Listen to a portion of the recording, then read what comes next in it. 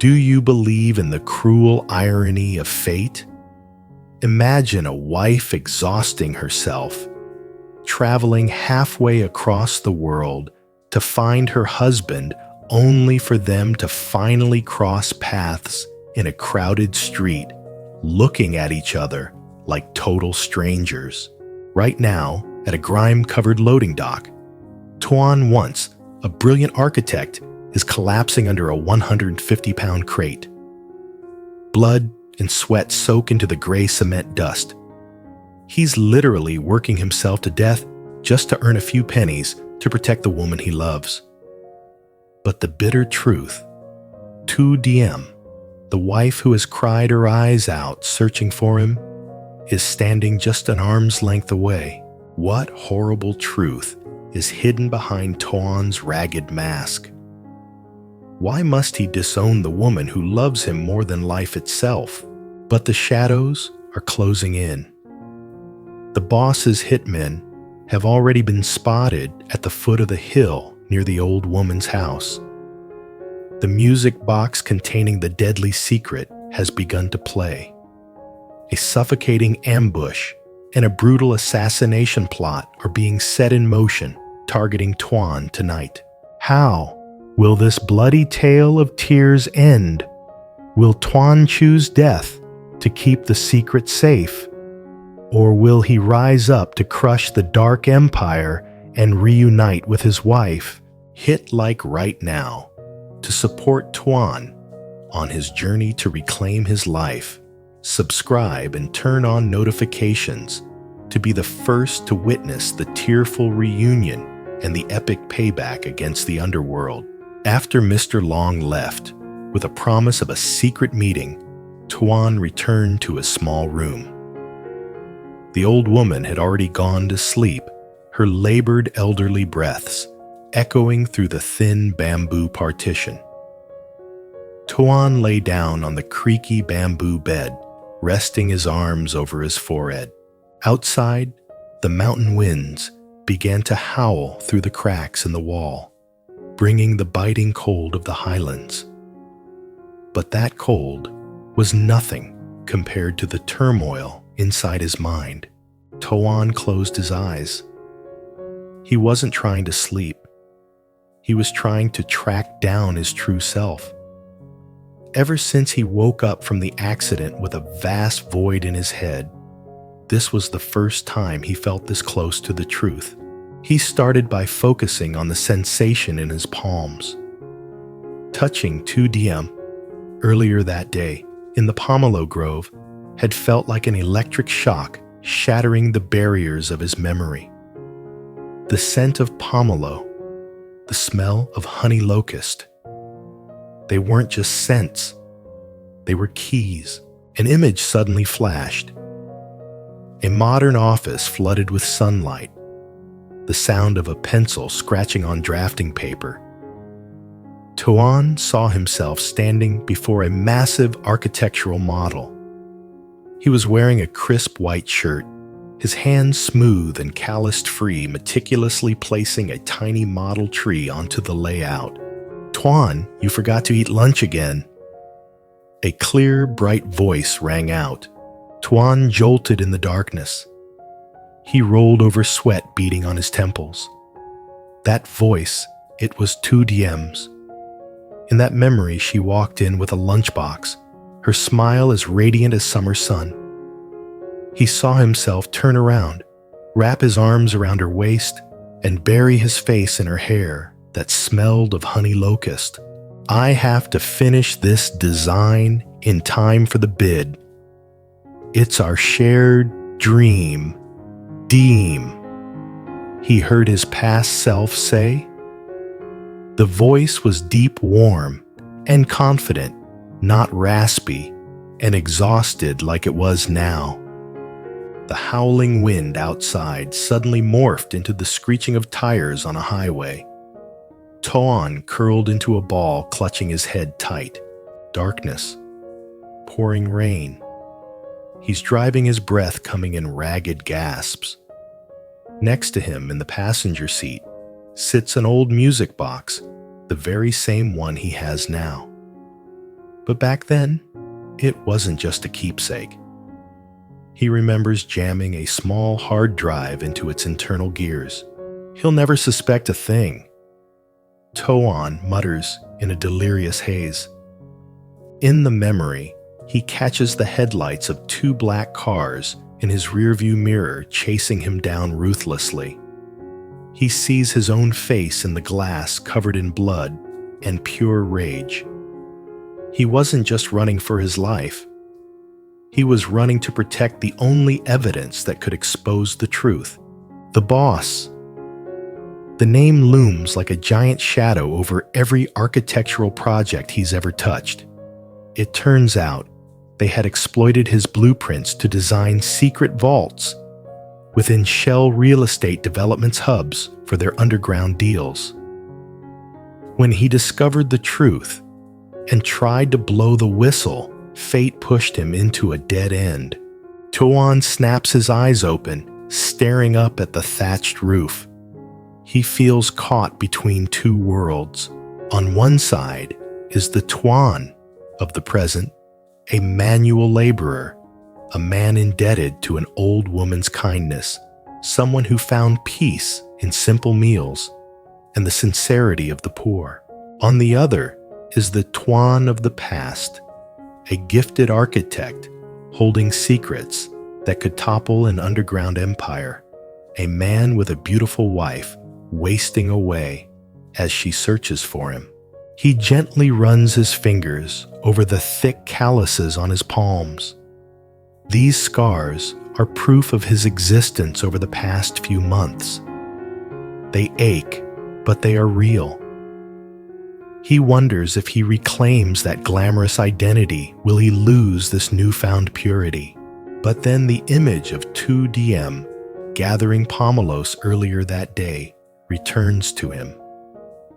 Her delicate hands have started to grow rough because of him. Her sacrifice is the ultimate answer.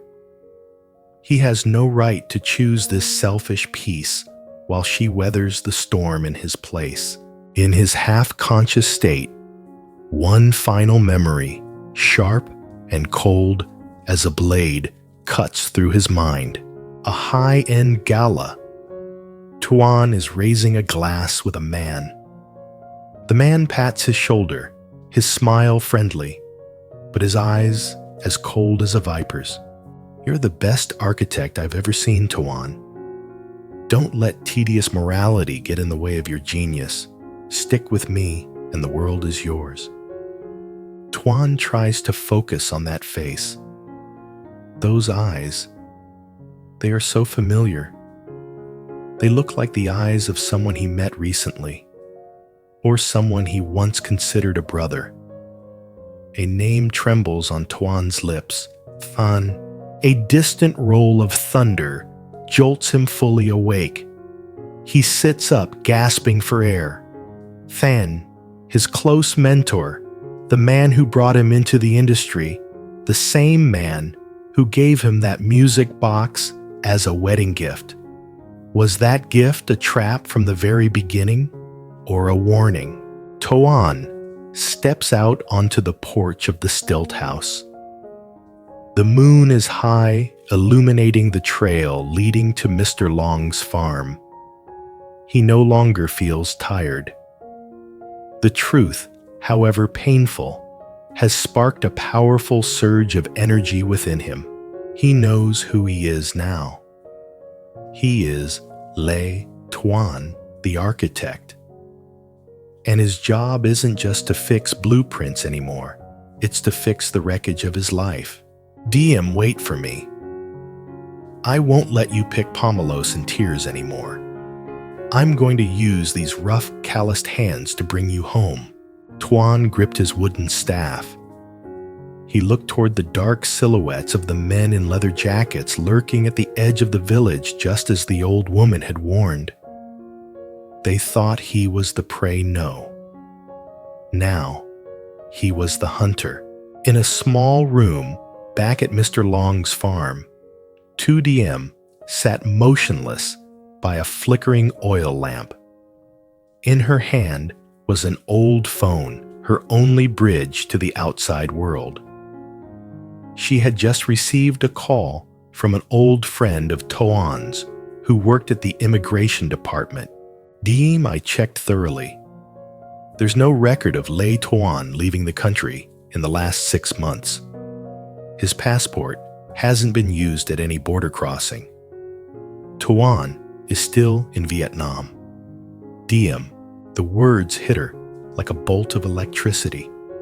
Her hand went limp, the phone nearly slipping to the dirt floor. Tuan hadn't left. He hadn't abandoned her to flee abroad, like the malicious rumors spread by the company or the debt collectors.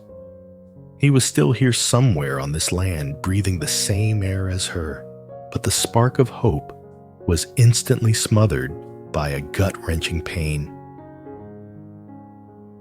If you're still here, why haven't you found me? Why leave me alone, facing the black barrels of the hitmen's guns? Or has something terrible happened to you? Diem buried her face in her pillow, her muffled sobs breaking the silence of the night. She cried for the months spent frantically searching for him in vain, and for her own helplessness against the dark forces closing in. She had no idea that the husband she thought had vanished into thin air was actually just one hill away. Earlier that morning, before the confrontation with the motorcycle, Diem had woken up at dawn. She asked a local to guide her toward town to ask about a tall, thin man with a small scar on his forehead. The only description she had of what Tuan might look like now, based on vague local rumors. She had walked right past the loading dock, the very place Tuan had left only 10 minutes prior. Diem stopped at the exact spot where Tuan had sat eating a dry loaf of bread.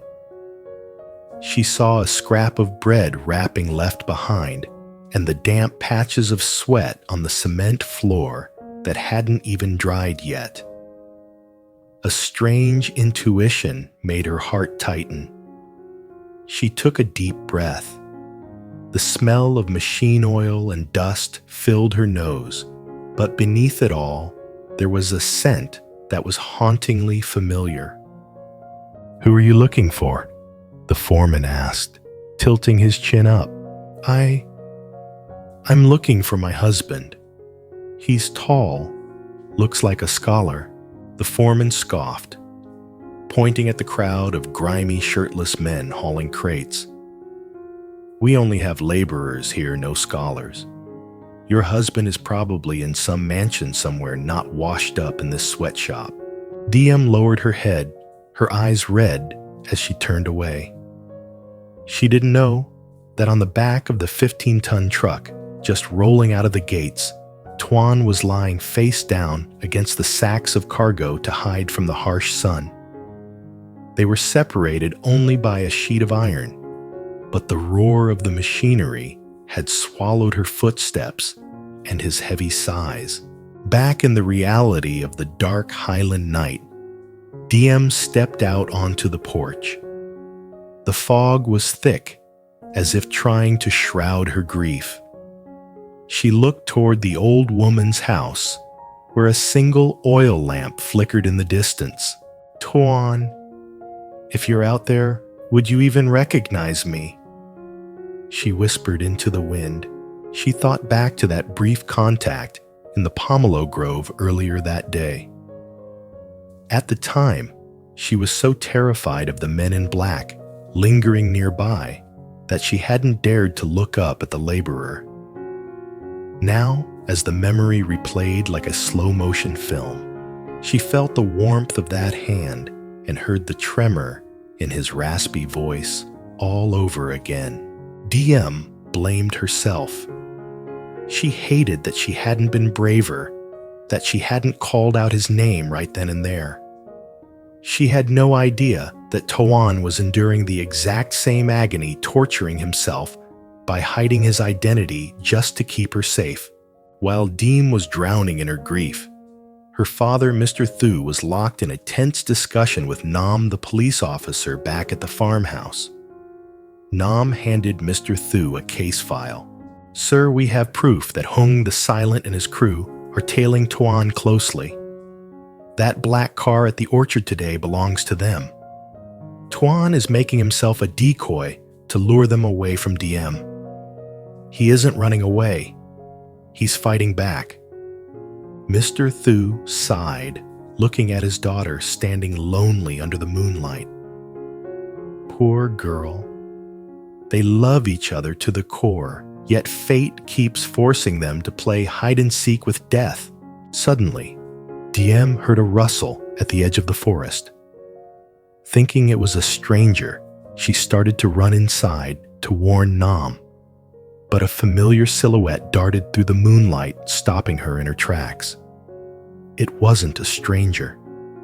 It was the shadow of a man staying low, fleeing from the distant sweep of motorcycle headlights. Diem's heart hammered against her ribs. She recognized that gait. Though covered in grime and dressed in rags, it was Tuan. Tuan. She was about to scream his name, but Nam's hand clamped over her mouth from behind just in time. "Shh, Diem, stay calm. Don't make a sound or they'll spot him instantly." Nam whispered urgently in her ear. Diem stood, frozen tears streaming down her face.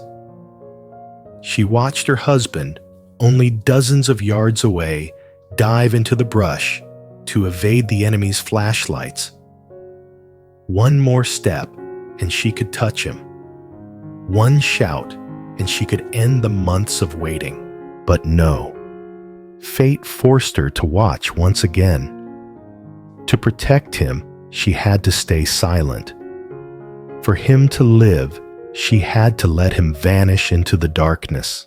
The sight was more painful than any goodbye. As Tuan skirted the edge of the farm, his eyes instinctively flickered toward the window where Diem stood. Under the moonlight, their eyes met for one fleeting second. No words, no embrace, only a gaze that held 1,000 apologies and 1,000 promises. Tuan disappeared into the deep woods. The men in black roared past on their bikes seconds later. Diem collapsed onto the wooden floor, her fingers gripping the railing so hard they bled.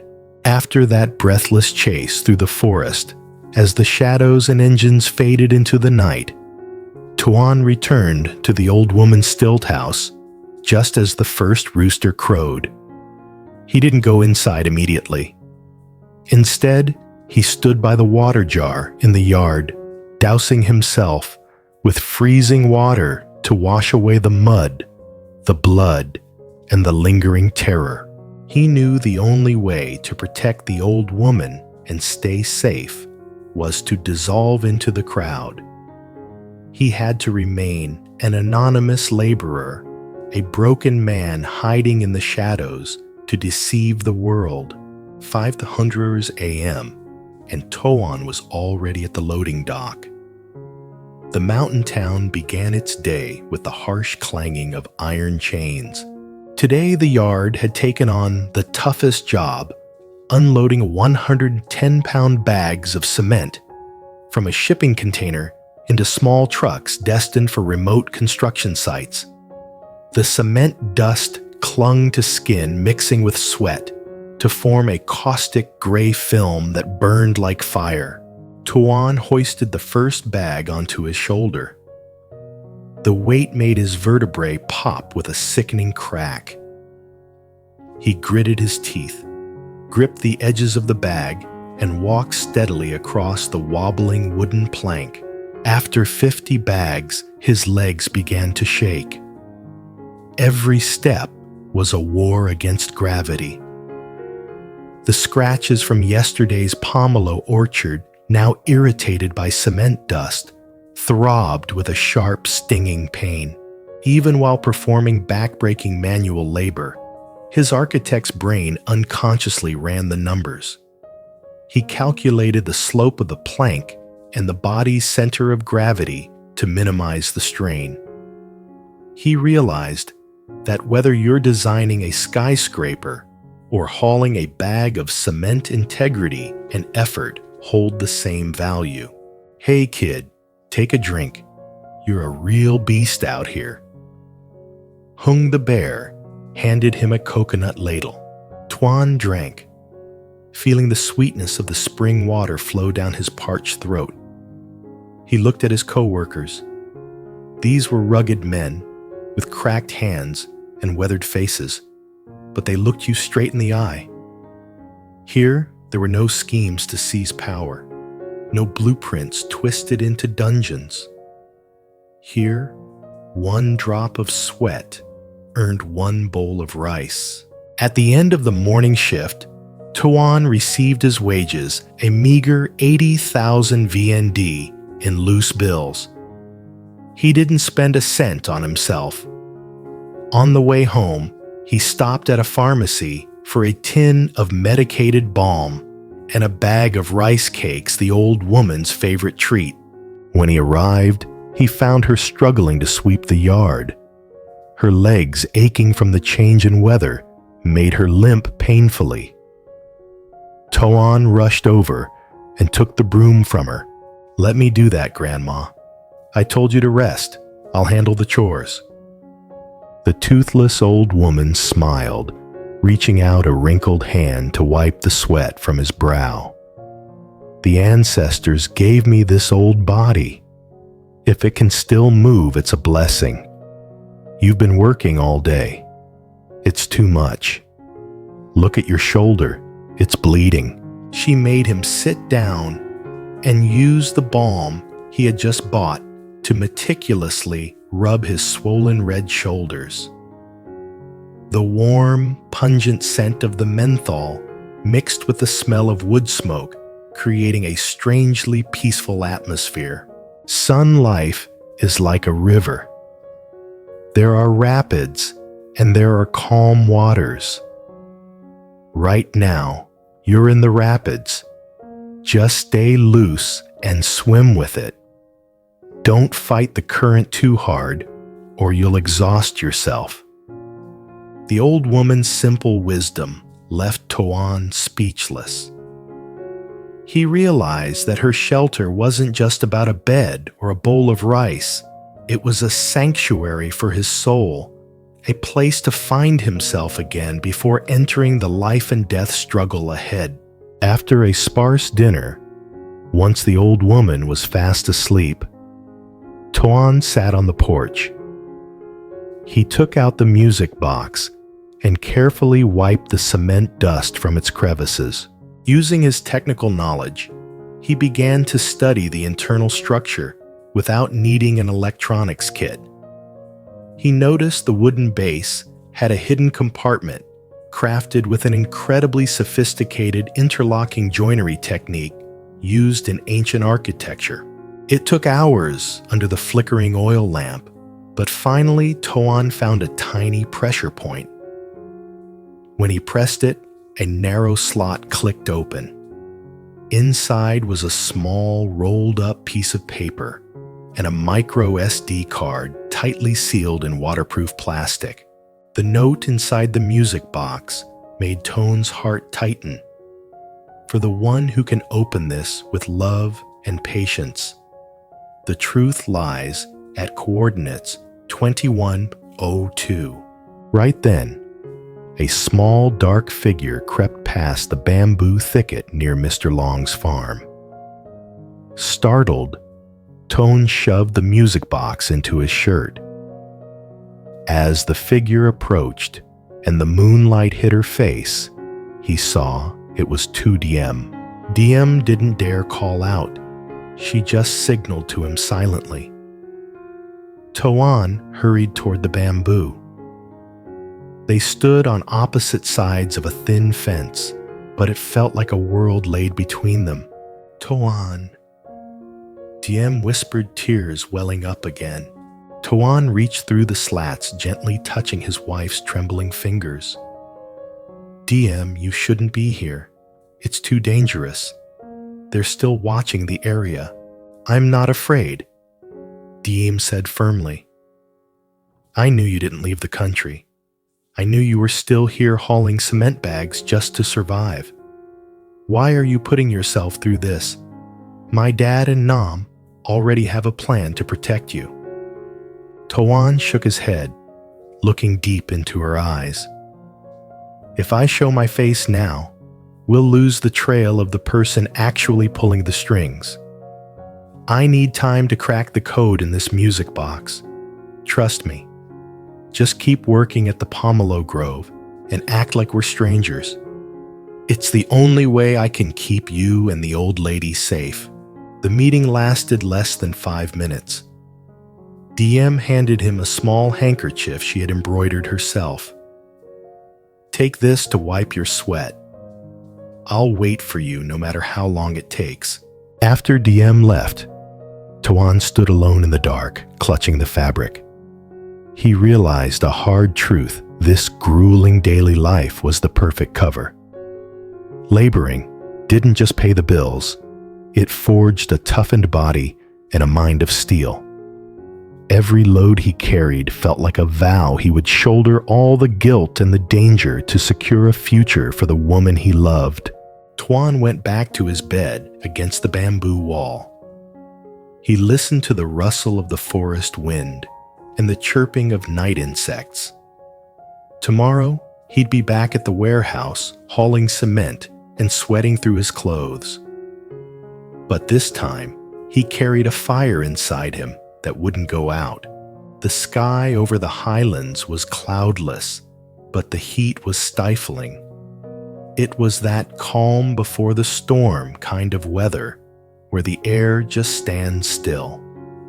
At the loading dock, the air was thick with the smell of cement dust, engine oil, and acrid sweat. That day, the warehouse took in a convoy of containers loaded with steel and 70 kilos bags of stone powder, the kind of cargo that made even seasoned lifters like Bear Hung shake their heads in dread.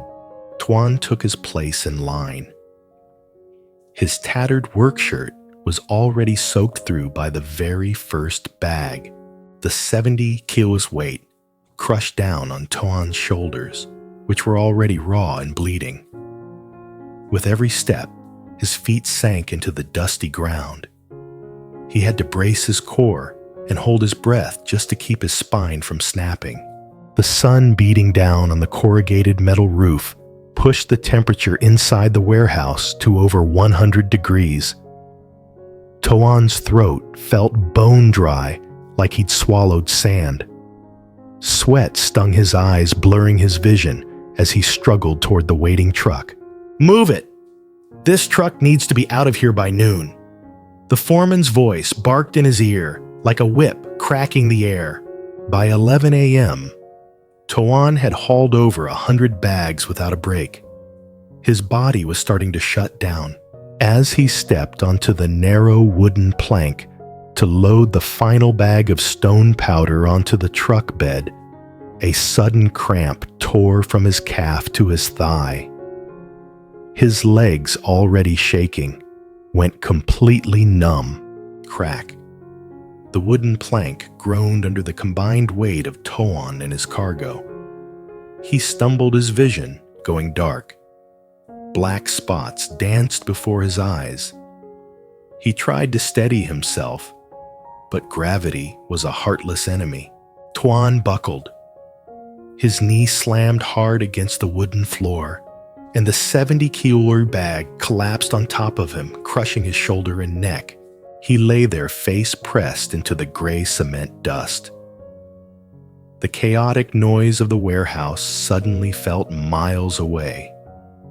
All he could hear was the frantic thumping of his own heart.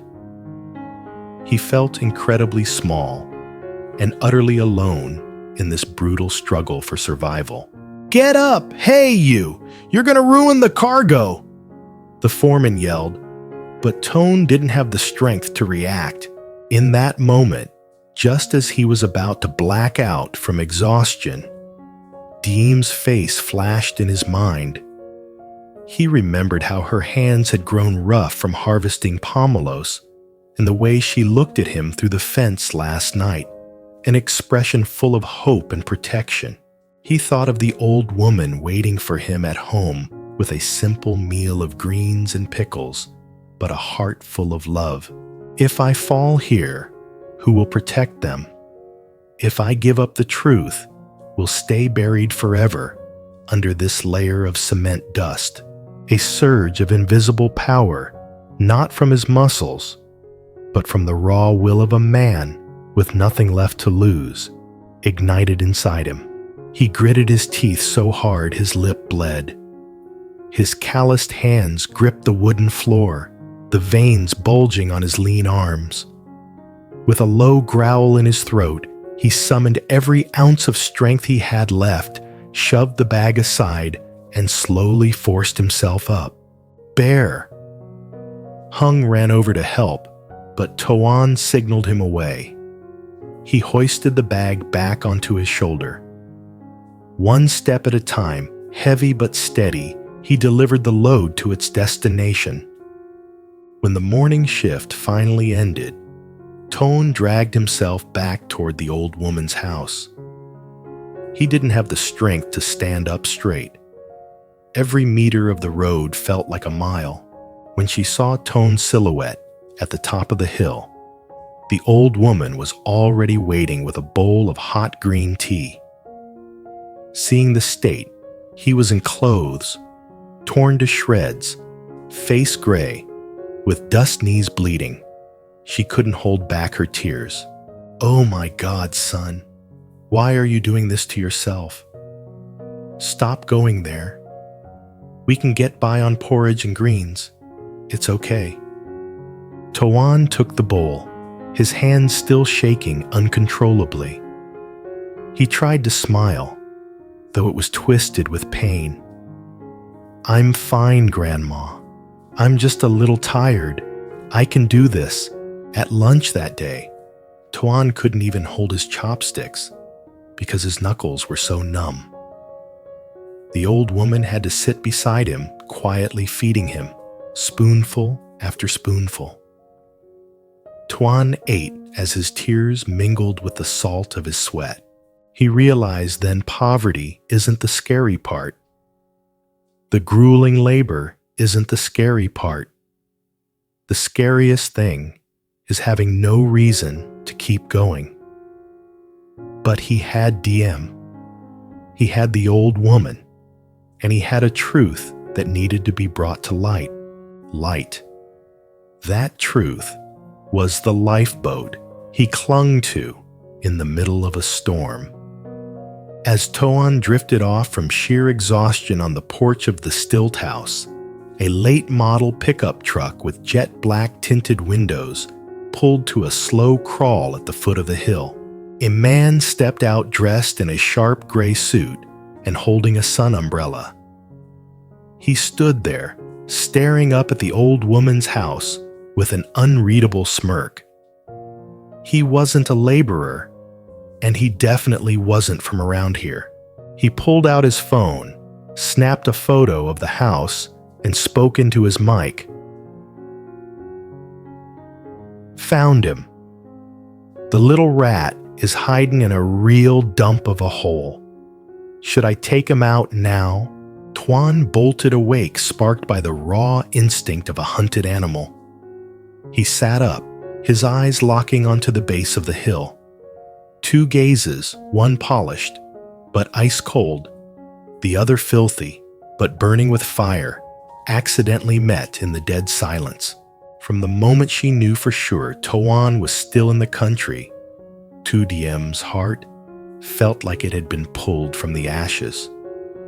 She stopped sitting around, waiting for news from Nam the cop or Mr. Thu. Only one thought occupied her mind. If he can't make his way back to me, I'll go to him. Diem started her search at the old construction sites on the city outskirts, the last place Tuan was seen before the accident. She walked for miles under the blistering sun, clutching an old wedding photo with corners worn thin from her constant touch at night. She stopped at a site where they were pouring concrete and asked a group of bricklayers on break, "Excuse me, have any of you seen this man?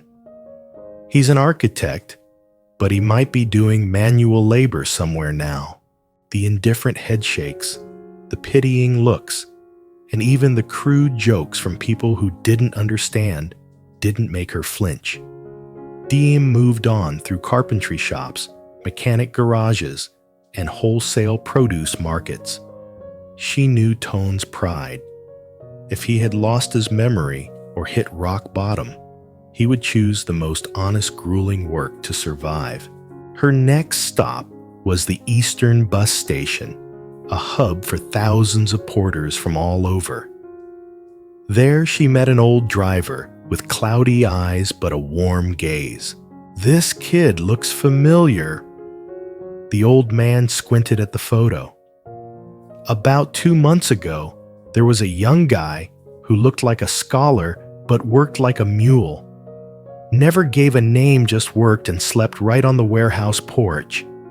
But I heard some strangers chased him down and gave him a real beating, so he fled to the highlands." Diem's throat tightened. "The highlands. Do you know which area, sir? I overheard him asking for directions toward the pomelo forests near the border. Said he wanted a quiet place to clear his head." Hope flared in Diem's eyes. She realized the strange coincidence. Mr. Long's farm, where she was staying, was right in that border region, covered in pomelo groves. It turned out destiny had led them both to the same patch of earth, but had intentionally cast a fog between them so they'd pass like strangers. Diem wasn't alone in her search, though she didn't know it. Behind her, the big boss's henchmen were tailing her every move. They were using her as live bait to lure Tuan out into the open. At a roadside tea stall near the lumber yard, 2 tattooed men cut Diem off. "Hey, sweetheart, searching for your husband looks like hard work. Why not let us lend a hand? He's holding on to something that doesn't belong to him. Give it back, and we'll make sure you two have a nice reunion." Diem trembled, but she didn't back down. She looked them straight in the eye. "I don't know what you're talking about. My husband is an honest man. He hasn't taken anything from anyone." Luckily, Nam, the police officer, currently disguised as a motorbike taxi driver, showed up just in time to intervene. He pulled Diem away, warning her, "Diem, you're being reckless. Going around asking questions like this is basically handing them Tuan's location on a silver platter." Diem broke down in tears. "Nam, I can't just sit still. He's suffering, I can feel it. Every bag he carries feels like it's crushing my own heart." Returning to Mr. Long's farm after an exhausting day, Diem happened to pass by the backyard, where old burlap sacks recently brought back from the loading dock were piled up. She stopped. A scent drifted past. It wasn't the smell of citrus. It was the faint medicinal scent of golden star balm, the ointment Tuan always used whenever his joints ached. Diem knelt down and picked up a small scrap of torn fabric caught on the rim of a sack. It was a piece of the old blue shirt she had bought for Tuan herself on their 2nd wedding anniversary. A hot tear fell onto the fabric. "It's you. Tuan, you're right here, and I've been searching for you in all the wrong places." Diem realized then that the porter who had collapsed that morning was indeed the husband she had been searching for. There was no doubt left. The exhaustion, the grime, and that gaunt silhouette, all of it belonged to Tuan. Diem didn't rush out to find him immediately. She stood silently in the pomelo grove, looking toward the old woman's stilt house in the distance. She finally understood why Tuan was pretending not to know her. He was using his own life and backbreaking labor as a shield to protect her. You want to protect me by pushing me away? Fine. Then I'll protect you by not being a distraction. Diem went back inside and took some of her meager savings. She asked Mr. Long to buy the best painkillers and muscle patches he could find. She hid them inside the cargo sacks she knew for sure Tuan would be hauling tomorrow. She even tucked a small sprig of pomelo flower inside their secret signal. That night, Diem didn't cry. She sat by the window, watching the moonlight illuminate the path between the two houses. She knew this fight was far from over, but she wasn't afraid anymore. They were two parts of a whole fighting together against the cruelty of the world.